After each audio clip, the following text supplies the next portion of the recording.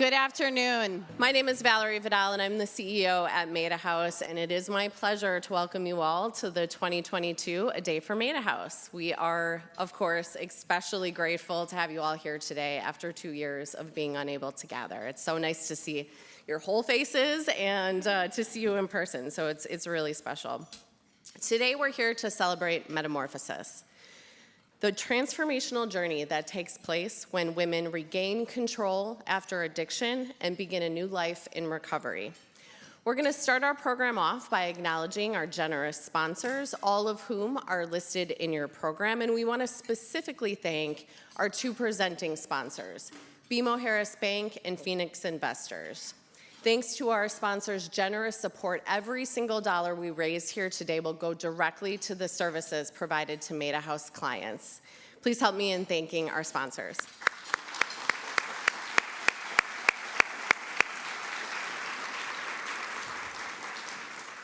I'm thrilled to share that because of their generosity, there will also be a matching opportunity by way of Phoenix Investors that you'll hear about later in the program. I also want to take a minute to recognize some of our other special guests and supporters who are here in the room with us today. If you are an event ambassador, an elected official, one of our current or former members of the Meta House Board of Directors, or part of our staff, if you could please stand up or raise your hand so that we could recognize you as well.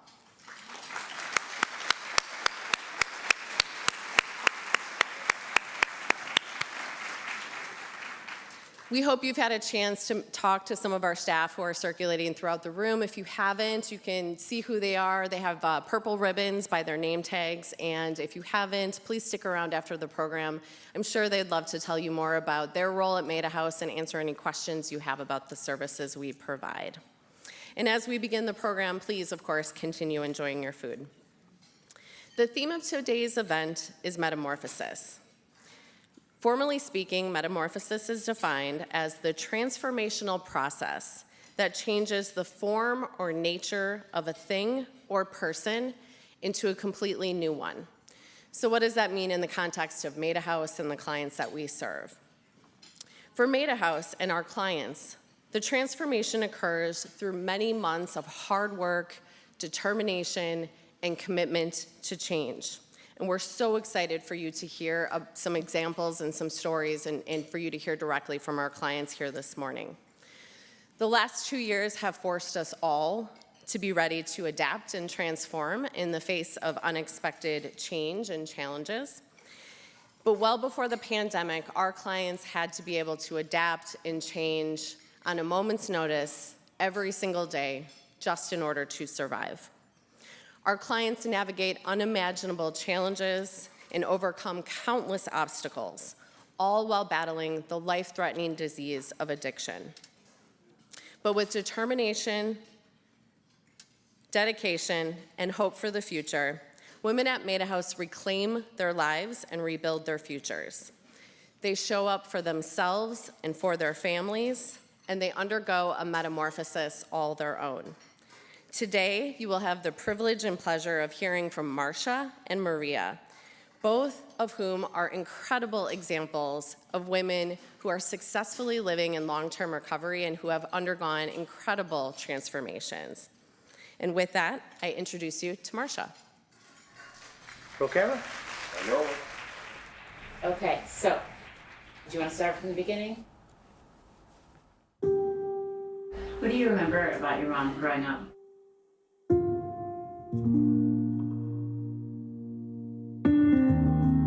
I don't, because I remember living with my grandma, and seeing my mom from time to time, or not seeing her and needing her. Trauma had been my best friend. Like nobody could really see me spiraling out of control. My mother used to always had nothing but the good to say. She just really didn't understand that my drug addiction was kind of masking all the pain and the stuff I had went through.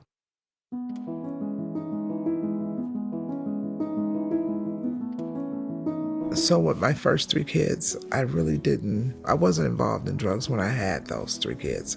I was young, and I was in a very abusive relationship. I was like 17, 19. He was 30. I left the house, and I moved in with my mother. Stan broke in our house and beat me in the head with a hammer. I was in a coma for about maybe 2 weeks. And my son saved my life because he ran and got the neighbors. My friend, who is, she's retired now, she took me out to celebrate for leaving Stan, and we went out to this bar, and after that, she took me to this house and said, try this. That was the door that opened my life up to cocaine. On the streets, I felt numb. And I always kept my kids and my mother separated from anybody that I dealt with on the streets. I'd be gone for a year right here on the streets of Milwaukee, on the other side of town from my kids. There's a lot of things I blocked out of my life. Having my grandmother, her mom, was one of the best things in my life growing up because she instilled in us to believe that my mom was sick, and that if you believe in God and you hope and you pray, God will deliver your mom. I never gave up on her. I loved her. I still do. It's weird because my oldest daughter's boyfriend, I would see him and I would talk to him. He used to be like, your daughter really miss you. He was like, she longed for you to be in her life, and I never forgot that. So when I got rearrested, and I went to court, I asked the judge if I could go to this place called Metamorphosis. Well, hi there, ladies. Welcome. He said, have you seen your record for bail jumping and being incarcerated? The DA automatically jumped in. Deanne Hurd was the DA. And she said, Your Honor, this time I'm going to beg to differ. And I think Ms. Van should be allowed to go to Maida House to get the help that she needs for her substance use. And Maida House picked me up 2 weeks later. And I went to River West North, where I started my residential treatment. They made me feel like my addiction didn't matter, that I was still human. And that's what kept me there. It is such a blessing and an honor to be a therapist here at Maida House, to work in an environment that is not only uplifting the women that we serve, but the staff as well. They don't have to share the details of their trauma, of their substance use, of the things that they've done and been through, and they elect to do that and to allow us to be part of that. And then to see the growth is just incredible. At that time, I was going through a lot of different emotions, and I did not go see her right away, no. And I think my aunt, she was the one that convinced me to go. I remember when they first came to visit me, the oldest two, and they brought Talia. And when they got ready to leave, Talia just grabbed my leg and she wouldn't let me go. I felt so much love.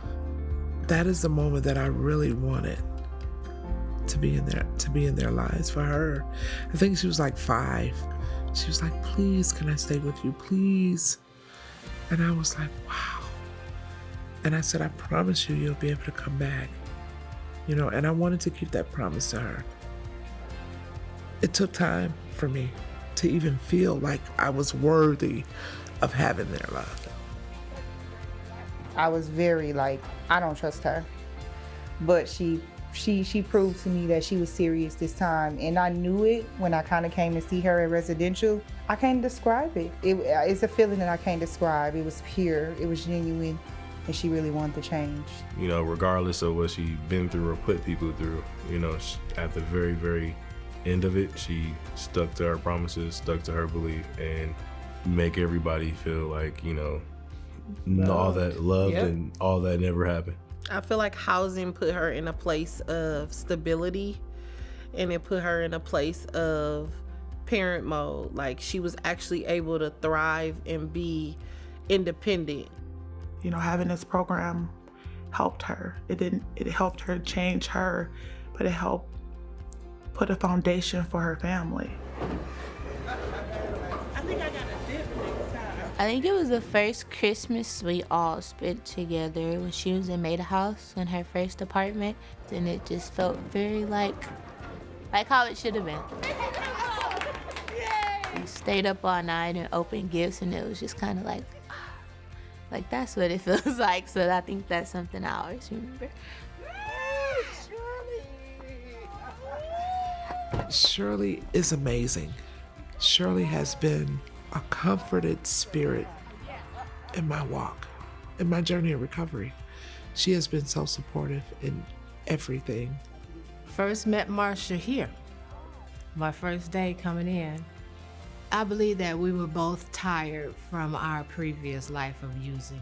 And I know I was serious about this was gonna be my last time being in treatment. This was gonna be it. And I seen that in her, and I felt that in her. This done changed quite a bit. I remember she told me, I'm leaving out to go to group, and it was a part of my trust issues with her. And I said, why do you still go to that? Because you're already done with Maida House. And she said, no, I'm actually not. And she said, this is a forever thing. This is what keeps me motivated and keeps me together. I have to go to these meetings. One particular night I left Maida House. I didn't come straight back. I went to a meeting. She got off work and I wasn't there. And she said she went in her room and she started crying because she thought I had went back to the streets. And when she woke up, I was there on the couch sleep with my NA book. And she said that was the biggest moment of her life.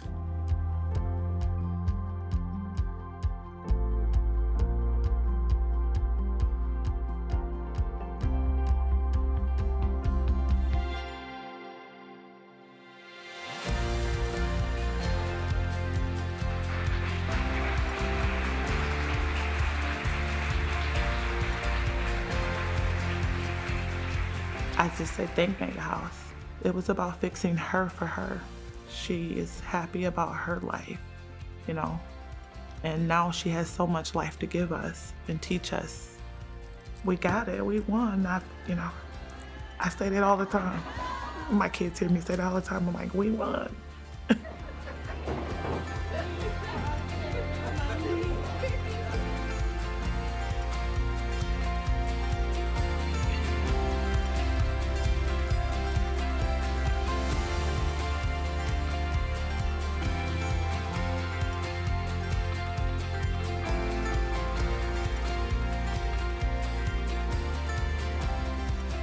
Is there anything else you want to say? Yes. If it wasn't for you guys, I don't know where I would be right now. Because I look at my life when I was where I was, and if Maida House hadn't stepped in and helped my mom out, it's because of you guys that I'm on track and on pace to my life.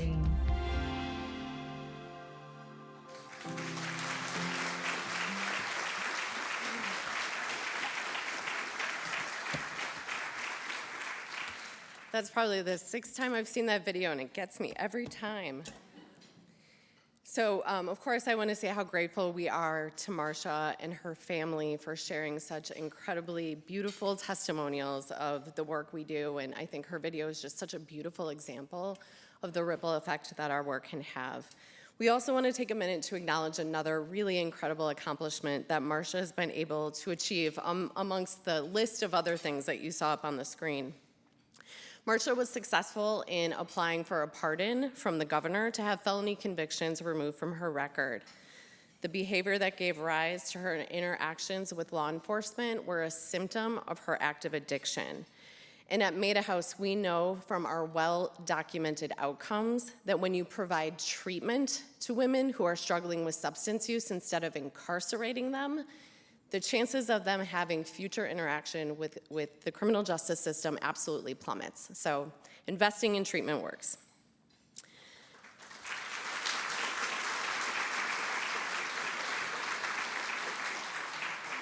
Relatively few people are eligible for such pardons, and in order to have obtained this relief, Marcia had to seek letters of recommendation from people in the community, and she had to prove to the Pardon Advisory Board that she had made significant development and progress since the time of the conduct at issue.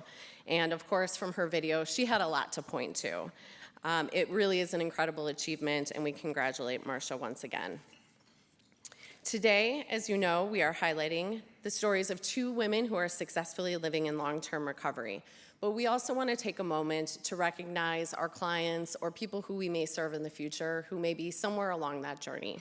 Maybe we can't yet see the full transformation, but what we know at Maida House is it's so vital for us to celebrate our clients at every stage along that journey. Those who may be making that difficult early decision to start treatment, those who may have lapsed in their recovery but are choosing to try again, and those who might be living in long-term recovery but aren't ready to share their stories. We know that it's important to celebrate them at every single one of those stages because we know how hard change can be, and even if we can't see that full transformation, the change is happening, the work is happening. Maida House clients show us that living in recovery is not easy or effortless, but it is possible with persistence, resilience, and a strong support team. At Maida House, we pride ourselves on cultivating that support team of highly skilled professionals to offer a broad array of services that set our clients up for success. We remove barriers that are often placed in the way of our clients on their way to success, and we have dedicated staff who are providing our clients with job and workforce readiness so that they can return to the workforce and lift themselves and their families out of poverty. We help women become the healthy and supportive parents their children need so that families can reunite and thrive together.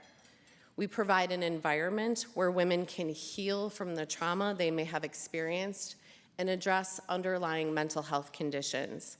We assist them with cultivating healthy coping skills. Our clients are proof that while recovery is not easy, it is possible, and they have to be committed to a better future and that the metamorphosis is never done. But the same is true for Maida House. We are committed to constant improvement. We can't expect our clients to undergo transformation if we're not committed to doing exactly the same. Historically, Maida House has always blazed its own trail, even though there may have not been a clear path ahead of us. For nearly 60 years, we've been adapting and growing to meet the complex and evolving needs of our clients. We provide services that give our clients the very best chance at long-term recovery. And as we look ahead to the future, I commit to all of you that we will continue to find new and innovative ways to meet the ever-present and growing need for substance use treatment in southeastern Wisconsin.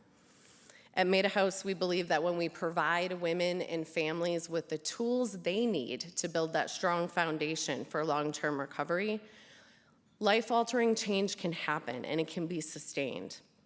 Such transformations can redirect the life of that one woman, but also her children and the community around her. And that's the ripple effect our work can have, and you saw that in Marcia's video.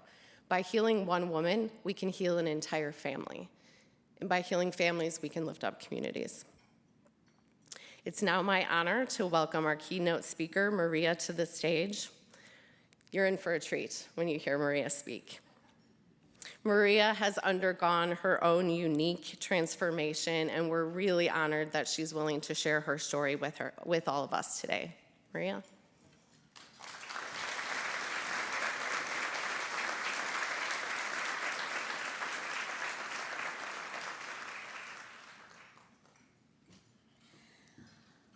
Buenos días a todos. Quiero darle las gracias primero a Valerie por su amable introducción. También le doy las gracias a ustedes estar presente aquí hoy y darme la oportunidad de compartir un poco de mi jornada, de mi vida con ustedes. So, how many of you understood what I was saying? Feels pretty good, huh? For those of you that did not, my earliest memory is being in elementary school and sitting at Garfield Elementary School in an all-English school. And the teacher and the students around me were speaking English, and I had little to no clue what they were saying. And I remember sitting there talking to myself, saying, no entiendo, no entiendo. I don't understand what they're saying to me. And the teacher came over to me more than once, would come over and hit me on my hand. And I thought to myself, something's wrong with the way I speak.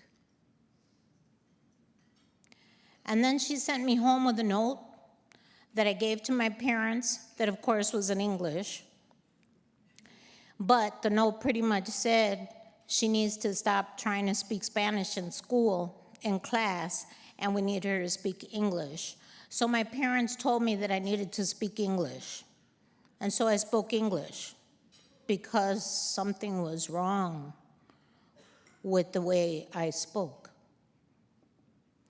I was 6, going on 7 years old, when the civil rights movements and the fair housing protests were going on in Milwaukee. I grew up on 5th and North Avenue on the upper flat, and I remember distinctly standing on the porch with my sister Anita, who's 3 years younger than I, and watching the army trucks go by. And I kept asking my mom, why can't I go to school? And she told me because they might think you're white and hurt you. And I thought, is something wrong with the color of my skin? So my family members would come over to visit, aunts and uncles, and as events would go on, I would overhear family members telling my parents in Spanish, her face is so beautiful, but she needs to stop eating because she's fat and nobody's gonna want her. So I thought, so something's wrong with my body and somebody needs to want me. So when we were about 9, we moved to near Lincoln Park area, and at that time, Lincoln Park and that area was predominantly white. So now, I'm this little Puerto Rican girl with curly long hair that they say talk like a little black girl living in an all-white neighborhood. So I'm like, there really is nobody here that looks like me. And there was no one that looked like me in school either, except for my sister and my cousins. And so I started to think about, I don't fit in either. Where do I fit in? Who looks like me? Who talks like me? And then we went to Puerto Rico to visit our family. And so in Puerto Rico, my family, I'm excited to meet, my grandfather and whoever else lived there. And when we get there, I refuse to speak any Spanish. Remember the teacher that used to hit me on my hand? Well, I thought I shouldn't speak Spanish anymore. So while we were in Puerto Rico, they used to call me La Negrita, the little black girl, La Americanita, a little American girl. So my family, I didn't feel like I felt quite fit in there either. So I was a good student. I did well in school and went to middle school and tried to do everything that my parents told me to do. I was a good child until one day I was walking home from middle school, and I was molested by a stranger on the way home. And when I got home, I didn't tell anybody. I didn't tell my parents. A matter of fact, they never knew because I never told them. Because actually, I was supposed to ride the bus home and I wasn't supposed to be walking, so I didn't want to tell because I would have been in trouble for not getting on the bus.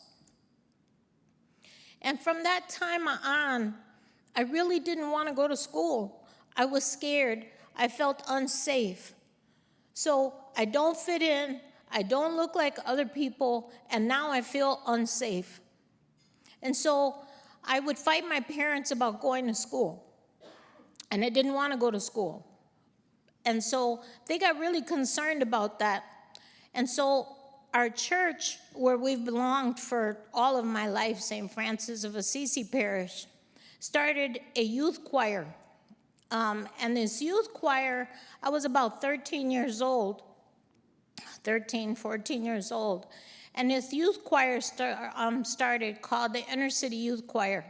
And the choir was made up of youth from 3 different parishes.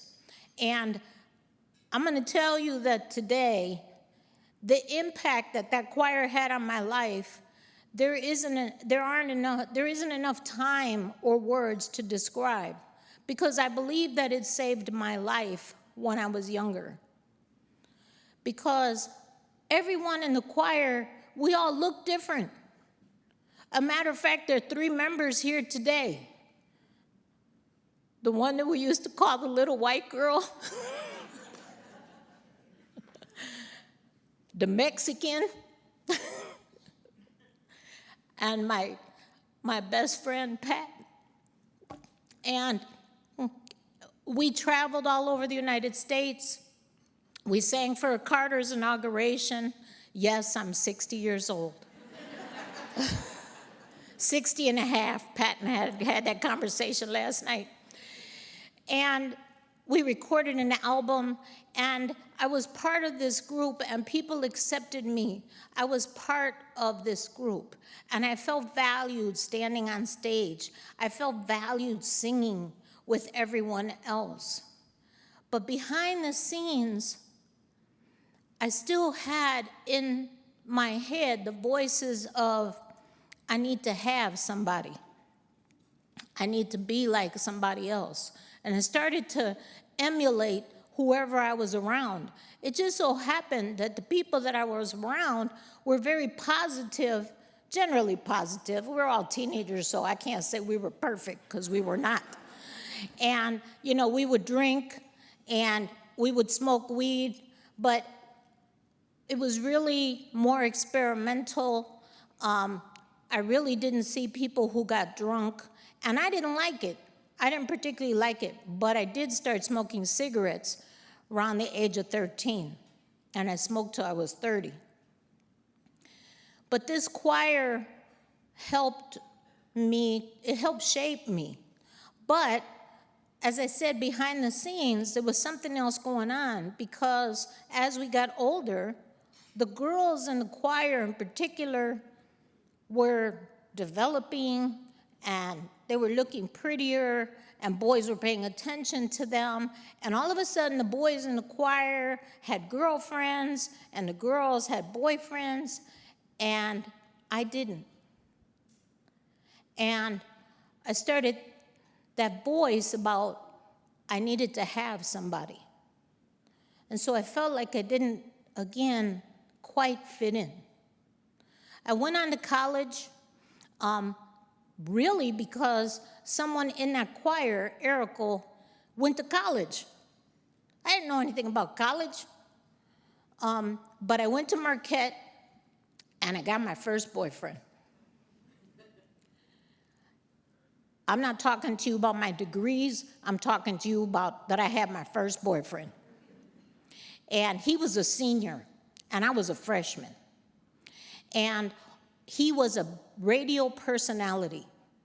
And so all of a sudden, I had an identity. Everywhere I went, this is Tito's girlfriend. This is Tito's girlfriend. And I was Tito's girlfriend. Well, I studied, we got engaged, and then my senior year, he broke up with me. And all of a sudden, I was a college graduate, but I had no boyfriend. I had no fiance. So I started my life as a bilingual paraprofessional because I was too scared to teach. I studied education. I studied Spanish. Yes, I studied Spanish because I wanted to be bilingual. I didn't want anybody putting me down. I wanted to be able to speak Spanish. I also studied theater arts. So went on to working, and I met a man. And he introduced me to freebasing cocaine. And when they talk about hitting your bottom, some people, it takes years and years and years. Mine was quick. When I did stuff, I did it to the fullest. I sold anything I could get my hands on, every penny that I had, anything that I could charge and sell, I did. And that's how I got my value. I felt valuable. I felt valued because I could get the cocaine. It wasn't even necessarily about the high as it was the danger of the environment, the addiction to the struggle to get, to con people. And right before that time when I was in college, I need to mention my sister because when I was a freshman in college, my sister developed Hodgkin's disease. And so she was in Children's Hospital, which used to be located on Wisconsin Avenue. Yes, I'm 60 and a half years old. And her and I, up until that point, were arch enemies. She used to beat me up. She used to criticize me and be jealous of any accomplishments that I had. Well, when I started using, she's the first one that noticed that something was really wrong. I had cut off my friends. I didn't speak to them. I was using the majority of the time, but I was still going to work because I needed the money to be able to use. And during that time that my sister was sick, my father and I became extremely close because my mother was in the hospital with my sister all the time. So my father trusted me 150%. I got to the point in my using that I maxed out my cards, I ran out of money, and I stole my father's credit cards and maxed those out too, or tried to. And little did I know at that time that Sears had called my father and said, somebody was here trying to use your card. And if you come, we can show you on the camera who it was. And I didn't know that. And then my father had to go to Sears and see his daughter on camera trying to fraudulently use his cards. And so he came home and he's like trying to figure out what's going on. But he kept me out of jail because they wanted to call the police and arrest me. And he paid off the debt. And Pat and my sister and my parents staged an intervention. And in that intervention, my father said something to me that I will never forget. And he said, if you don't want to go to treatment, that's okay, but you won't be able to come home. So eventually, I did go to treatment. At treatment, they gave me the pamphlet from Maida House. Treatment was very short. my inpatient treatment was very short. And eventually I went to Maida House. And the reason I went to Maida House is because I stood outside in my driveway one day, tug of war over a TV set that I was trying to take from my house, and Anita wouldn't let me take it. And I realized at that time that that is not who I wanted to be. So I took the pamphlet out from Maida House, and I called them with my sister holding my hand. And they said, there's a 30-day waiting period. I'm like, well, what am I gonna do? It's 30 days. Well, Maida House called me 2 days later. And as far as I'm concerned, that was God. And so I was at Maida House for months. And actually at a location that Maida House no longer owns. But when I moved into Maida House, I thought it was all that. You know, I walked in because I was terrified. So I walked in like, you know, I don't have any problems. And they sent me up to my room to put my stuff away. And I will never forget these little darn stairs that Maida House had in this house, because when I got down to, I had only walked down 4 stairs, and then it was like, bam, bam, bam, bam, bam, bam, bam, bam. I fell all the way down the stairs on my butt and landed on my butt in front of my counselor and all the women that were at Maida House. That was my first moment of humility, where I had to surrender. And Maida House gave me opportunities to realize that surrendering did not make me weak, but actually allowed me to grow and to get to know myself and to have empathy for the women that I was in group with and the counselor that I worked with, and learn to have empathy with myself, and learn to forgive myself. And when I asked them if they knew of any meetings where somebody spoke Spanish, they found me a meeting. They didn't know that the meeting was an AA meeting where there were all these men. It was all men, and they were all the age of my father. So it was like sitting in AA meetings with my father. But these men embraced me. And Maida House made that happen. They created the opportunity for me to grow as a person.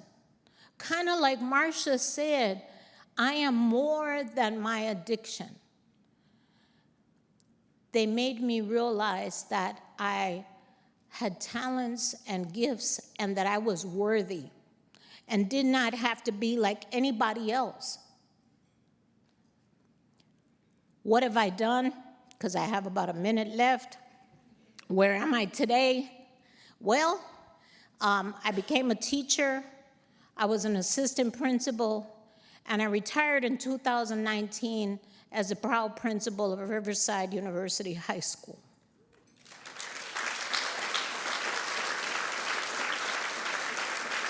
I have the program, and my recovery gave me my husband, Ricky, our son, Ricky, who is a 5th grade math teacher in Houston.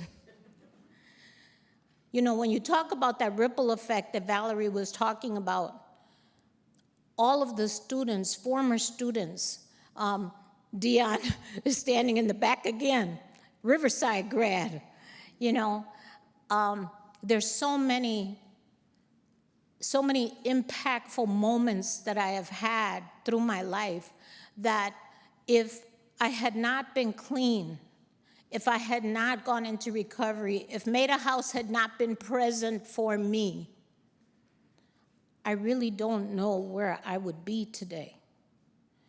And so even the thought that I am standing here right in front of you now, at this moment, to share some of the most intimate moments of my life is still a gift that Maida House made available for me, provided for me, made me realize that I am worthy. So when they talk about metamorphosis, I've gone through many. And now I'm in that retirement phase, so I don't know what the metamorphosis will be next. But I truly thank you for your support of all that Maida House can provide to the women that are there now and the future women and children that will be served. Gracias.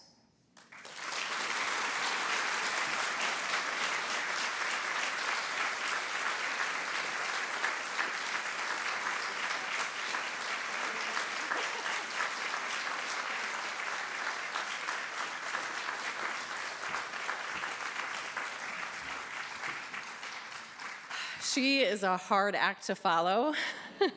Maria, you're amazing, and we're so incredibly grateful that you are willing to share your story. Maida House, we may provide the tools, but you're the one that did the hard work. We may, present the opportunity, but you took it. And in doing so, you made an impact on so many lives through your work with MPS, so thank you. Now it is my honor to make my last introduction of the evening.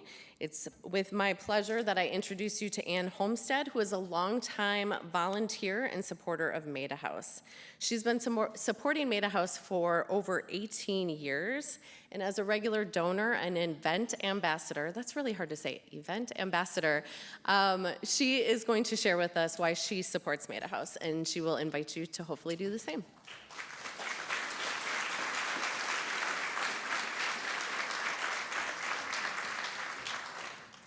I love how small Milwaukee is.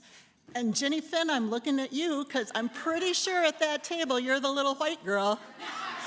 And I know how much that choir meant to you. So that my new friend Maria and then Jenny, it's a great place.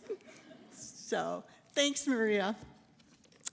Oh, so the invitation to help with this event was really one of the easiest things I ever have said yes to, because I have been witness to a successful recovery, kind of had a bird's eye view to one, and know what that metamorphosis can be like. So I want to share a little bit about that and the two main reasons I support Maida House. First, my connection to Maida House as a young junior league volunteer.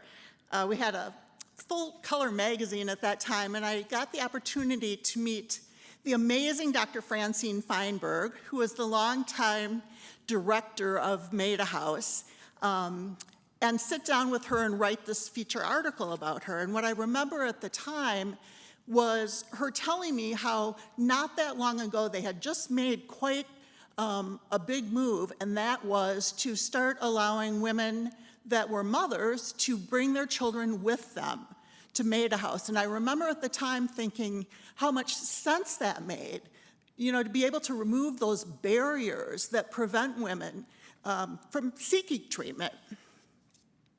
What I didn't know when I was interviewing Francine was that not long after that, my own mother would enter treatment from a decades-long dependence on pain medication. My mom was really fortunate. She had the financial resources to sort of slip out of our small town. It would have been a lot of stigma at that time. There still is, isn't there? And she was able to come here to Milwaukee for inpatient treatment. She entered inpatient treatment. She had insurance that would cover it.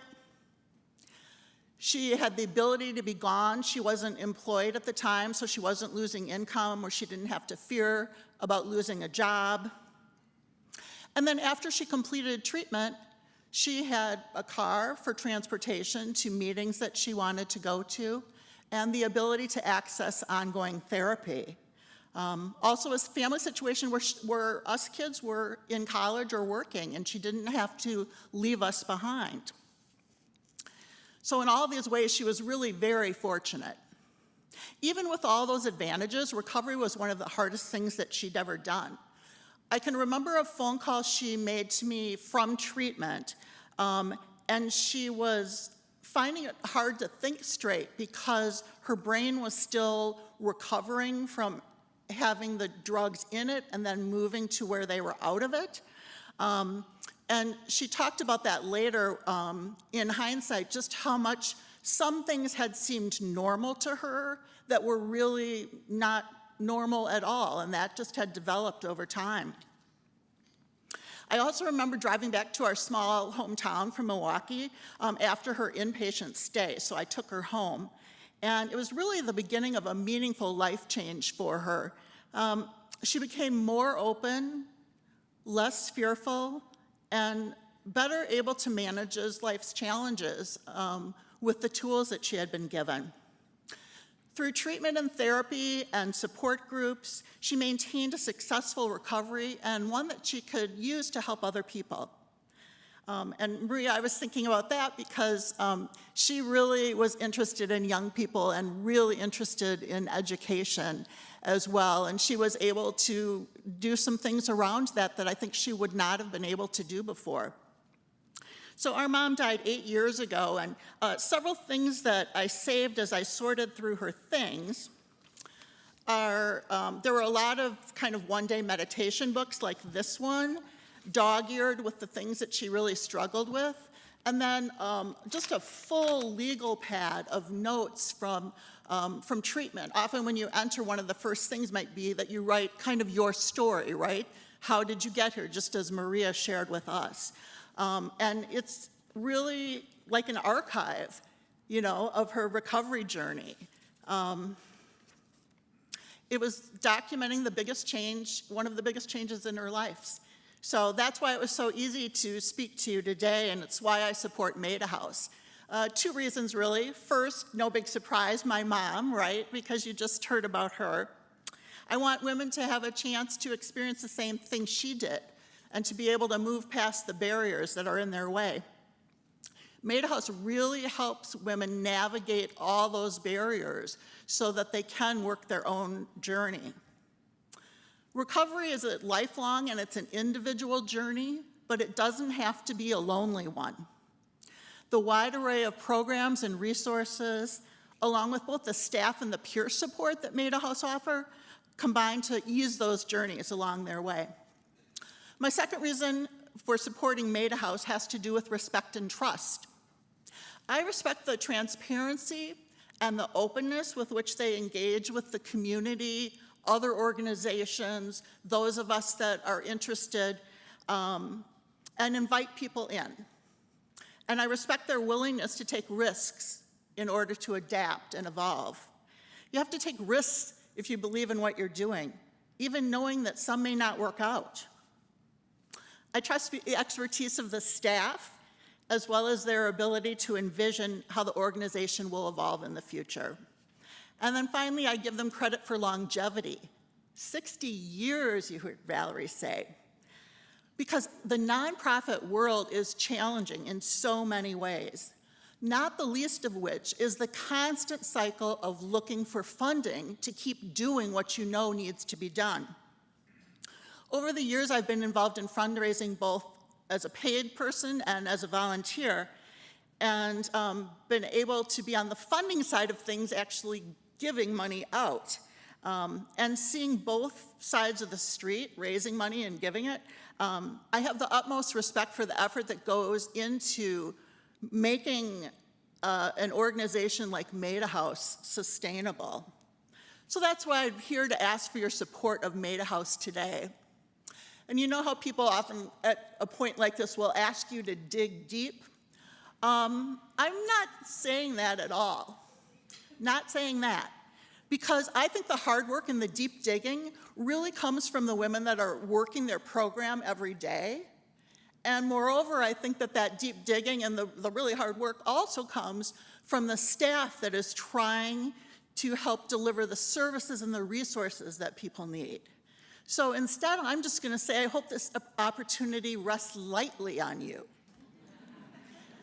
That you see the value and the opportunity, and that perhaps you know someone who's struggled with a drug or alcohol disorder and feels good today to make a gift.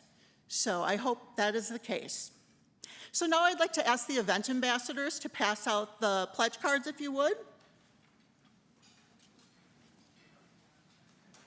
Thank you, ambassadors. I hope you've been inspired today by the stories that you heard from both Marcia and Maria. And I think we can all better appreciate the unique kind of metamorphosis that is experienced when women come to Maida House. So I hope you're feeling inspired to make a financial investment today. And I just want to mention a couple things about this opportunity. And now I'm going to really ask for your attention, because I'm going to do a call back to Valerie, which was that I want to thank Phoenix investors for their generous match today. Because of them, gifts of $500 or more will be matched dollar for dollar by Phoenix investors up to a total of $25,000. So thank you very much, Phoenix.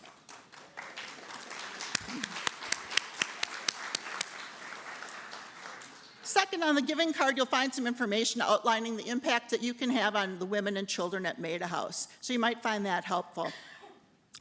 Some of you may wish to make an online donation, so there are no less than 3 ways that you can get to a donor link.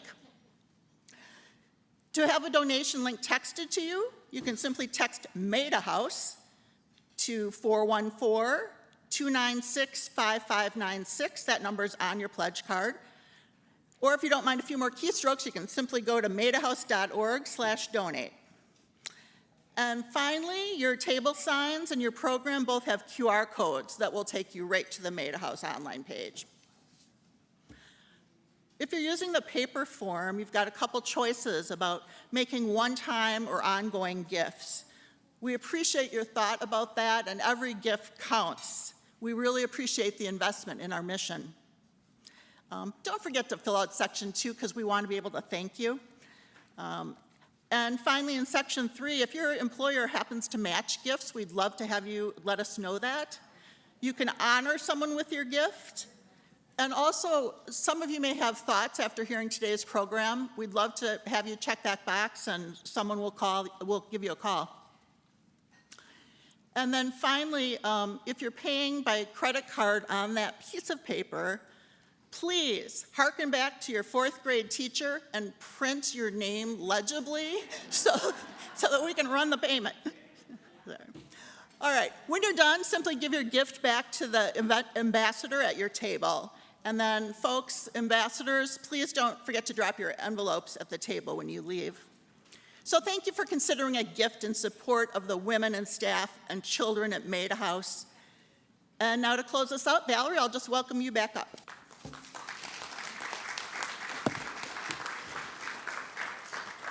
Thank you so much, Anne. And I have the pleasure of just thanking you all again for joining us for the 2022 A Day for Maida House. We hope you'll take the stories that you heard here today with you as you leave today. We're so grateful for your support, and on behalf of the entire Maida House staff and our board of directors, and of course the clients and families that we serve, thank you for supporting Maida House.